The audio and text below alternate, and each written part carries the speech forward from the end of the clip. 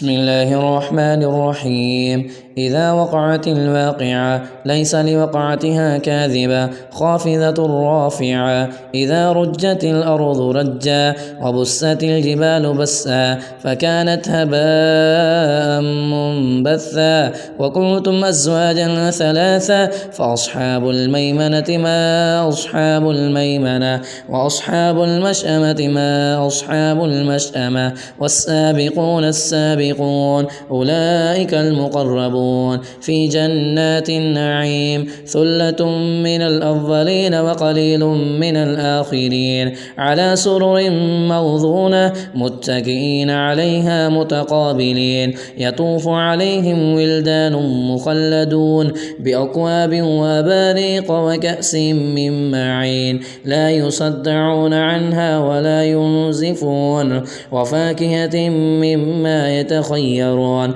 ولحم طير مما يشتهون وحور عين كأمثال اللؤلؤ المكنون جزاء بما كانوا يعملون لا يسمعون فيها لغوا ولا تأثيما إلا قيلا سلاما سلاما. وأصحاب اليمين ما أصحاب اليمين في سدر مخضود وطلح منضود وظل ممدود وماء مسكوب وفاكهة كثيرة لا مقطوعة ولا ممنوعة وفرش مرفوعة إنا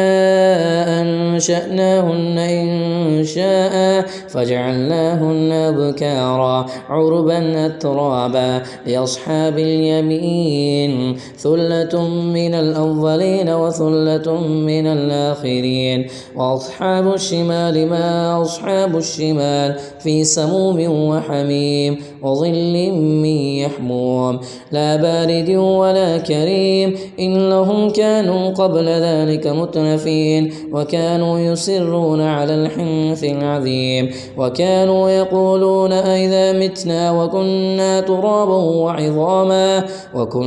ترابا وعظاما أئنا لمبعوثون أو آباؤنا الأولون قل إن الأولين والآخرين لمجموعون إلى ميقات يوم معلوم ثم إنكم أيها الضالون المكذبون لآكلون من شجر من زقوم فمالئون منها البطون فشاربون عليه من الحميم فشاربون شرب الهيم هذا نزلهم يوم الدين نحن خلقناكم فلولا تصدقون أفرأيتم ما تمنون أأنتم تخلقونه أم نحن الخالقون نحن قدرنا بينكم الموت وما نحن بمسبوقين على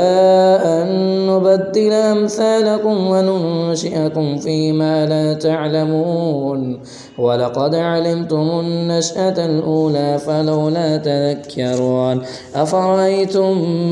ما تحرثون أأنتم تزرعونه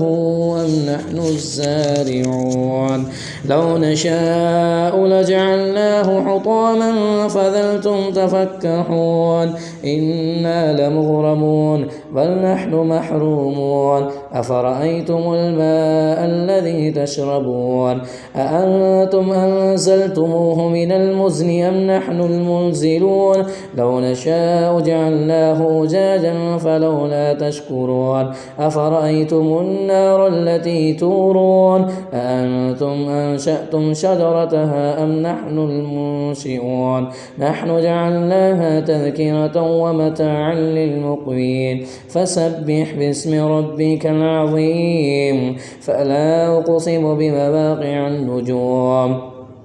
وإنه لقسم لو تعلمون عظيم إنه لقرآن كريم في كتاب مكنون لا يمسه إلا المطهرون تنزيل من رب العالمين أفبهذا الحديث أنتم مدهنون وتجعلون رزقكم أنكم تكذبون فلولا إذا بلغت الحلقوم وأنتم حينئذ تنظرون ونحن ونحن أقرب إليه منكم ولكن لا تبصرون فلولا إن كنتم غير مدينين ترجعونها إن كنتم صادقين فأما إن كان من المقربين فروح وريحان وجنة نعيم وأما إن كان من أصحاب اليمين فسلام لك من أصحاب اليمين